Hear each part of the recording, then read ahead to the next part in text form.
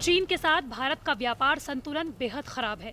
यानी भारत जिस कीमत का सामान चीन को निर्यात करता है, उससे 4 गुना ज्यादा कीमत का माल चीन हर साल भारत में भेजता है। इसकी एक बड़ी वजह है भारत से चीन कम कीमत का कच्चा माल लेता है और उसे तैयार करके ऊंचे दाम पर भारत को ही बेच देता है। इसकी एक मिसाल है स्टील।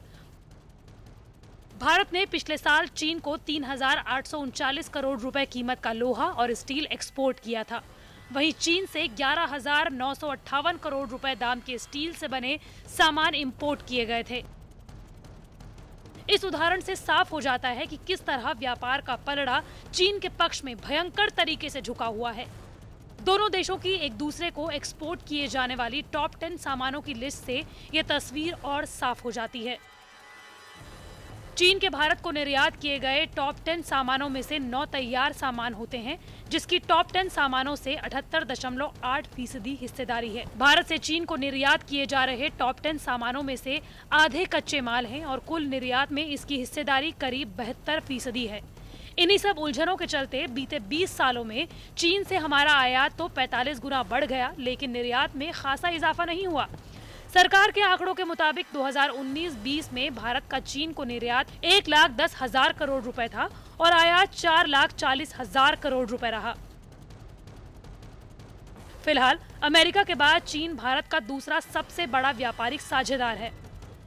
आत्मनिर्भर भारत यानी भारत को इंपोर्ट न करना पड़े, इसके लिए वो अपने ही देश में साधन और संसाधन विकसित करने की दिशा में लगातार प्रयास करेगा, आगे बढ़ेगा।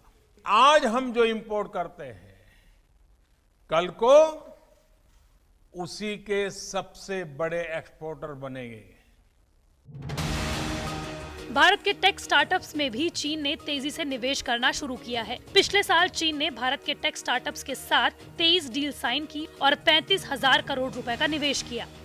हाल ही में आई रिपोर्ट के मुताबिक भारत की 30 में से 18 यूनिकॉर्न में चीन की बड़ी हिस्सेदारी है। यूनिकॉर्न स्टार्टअप उन कंपनीज को कहते हैं जिनकी वैल्यूएशन $100 करोड़ या इससे ज्यादा होती है। इनमें पेटीएम, जोमैटो, बाइजू और ओला जैसे बड़े नाम हैं। दवा निर्यात में भारत दुनिया के शीर्ष देशों में शामिल है, लेकिन इसके लिए ज्यादातर कच्चा माल चीन से आता है।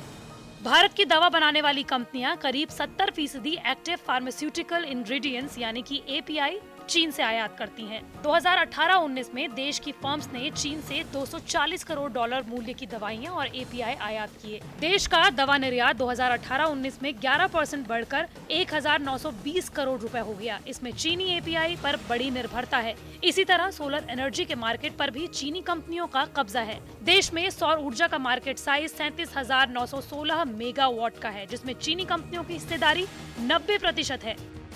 देश में ज्यादातर पावर प्लांट चीन से आयात किए जाते हैं। कोल और माइनिंग के सेक्टर में कंपटीशन के लिए, कैपिटल के लिए, पार्टिसिपेशन और टेक्नोलॉजी के लिए पूरी तरह से खोलने का बहुत बड़ा फैसला लिया है। सरकारी कंपनी बीएचईएल दुनिया के सबसे बेहतर पावर प्लांट बनाने में सक्षम है, लेकिन इसके लिए कंपनी को पूरी स्वायत्तता देने की जरूरत है। ये आत्मनिर्भर भारत के लिए भी कमाल कर सकती है।